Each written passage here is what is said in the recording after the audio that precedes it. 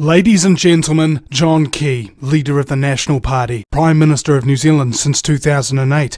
Everyone voted for him without knowing his track record, who he worked for, where his career originated, and how he does business today. By the end of this short video, you will know enough to be able to make an informed decision when voting him in or not again. Little Johnny was born in a state house, the son of an alcoholic absentee father and guilt-provoking mother who pins all her hopes on her son, living vicariously through him, especially because she never had another boy and never remarried. She then allegedly inherited a large sum and allegedly spent much of it on her son. John worked for 10 years as a New Zealand investment banker since the mid-1980s, and when the market crashed he made a killing selling New Zealand dollars. He headed offshore in 1995, working for Merrill Lynch, the bank that was exposed as the world's first derivatives traders and went bust during the 2008 financial crisis due to its heavy investment in the derivatives market, swallowed up by the Bank of America, which it turns out John Key still has shares in, a conflict of interest considering anyone could Google the bank name and fines to see it's been fined many times for drug dealing, gun running, money laundering, and is famous for getting countries into debt. Is John Key personally profiting from New Zealand's growing indebtedness? The Bank of America also has a stake in the military-industrial complex, have profited tremendously after several successive, no-end-in-sight, illegal US wars. This gives you an idea of the kind of circle John revolves in. John's worked for Merrill Lynch in Singapore, London, Sydney and Ireland. When the Irish tiger economy was kicking off, it was allowing sweetheart tax breaks to big banks and financial institutions if they moved their back offices to Ireland. So John did, assisting 15,000 of his clients to avoid tax. The Irish economy was hollowed out with debt collapsing shortly after John skipped the country and put all his money into blind trusts. John Key knows what's in his blind trusts. He's a bit of a drinker and let it slip while a bit pissed that he owns a vineyard. It turns out that vineyard is in his blind trust, although he claims he doesn't know what's in it. This is because he's got two trusts, one blind and one not so blind, that mirrors the other one. He was in charge of business units like global foreign exchange and European bond and derivative trading. What is derivative trading? Basically, it's so complicated that the Auditor General once said something like, "It's such a technical area that I can't understand it, so I got KPMG to investigate themselves for me, and they assure me it's all good, bro."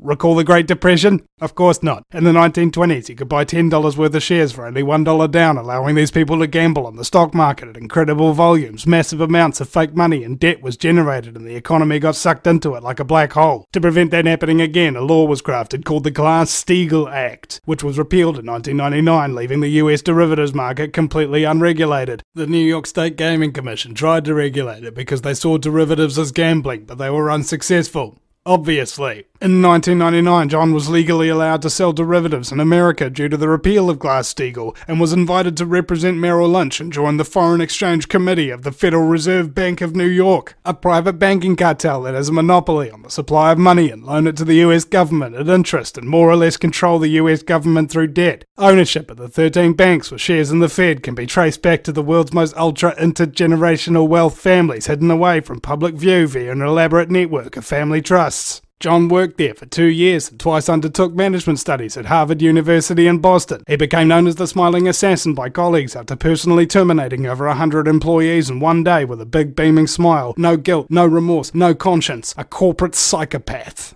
Charming and enchanting when you first meet them, but are ultimately shallow and have few meaningful, lasting relationships. They crave money and power and are willing to sabotage, intimidate, manipulate, steal, defame, lie and cheat shamelessly without guilt. Desiring attention and idolization with pathological narcissism and despising criticism, and often sexually promiscuous. Private prosecutor Graham McCready is including a DVD of The Wolf of Wall Street and his evidence against John Key. Evidence of the lifestyle and mentality Key and co-workers likely enjoyed on Wall Street. Normally on Wall Street your earnings get paid 40% cash, 40% stock, 20% options. Key demanded to be paid 100% in stock and options. That's where his incentive to crime is. Imagine the opportunities for insider trading when you literally run the country. He tried to flush out commercially sensitive information from the Ombudsman when Transrail was being valued while at the same time owning shares in it. John Key just can't help himself. When Key left Wall Street after 6 or 7 years in foreign exchange, he was in the tip-top of the elite with roughly $50 million on salary and bonuses. Key refers to his $5 million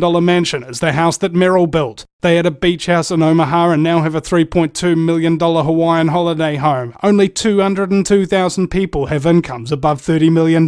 Roughly 2,000 of those are billionaires. John says we're not ridiculously wealthy. There are lots of people not seen on the NBR rich list that have a lot of money. Not counting his blind trusts, he could be worth hundreds of millions. Is he a Wall Street banker or New Zealand Prime Minister?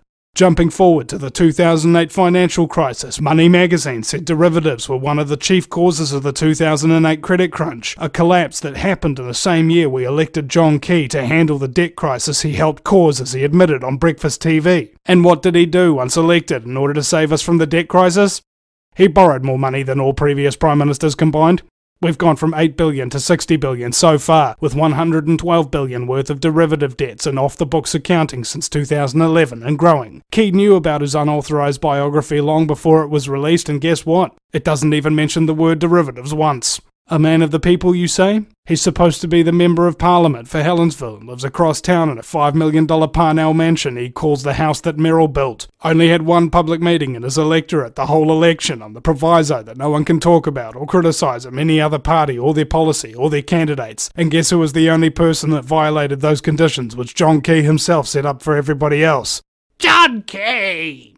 So, let me see if I have this straight. He's a psychopathic, narcissistic, passive-aggressive mama's boy with daddy issues, and he has control of a country that has no corruption prevention framework.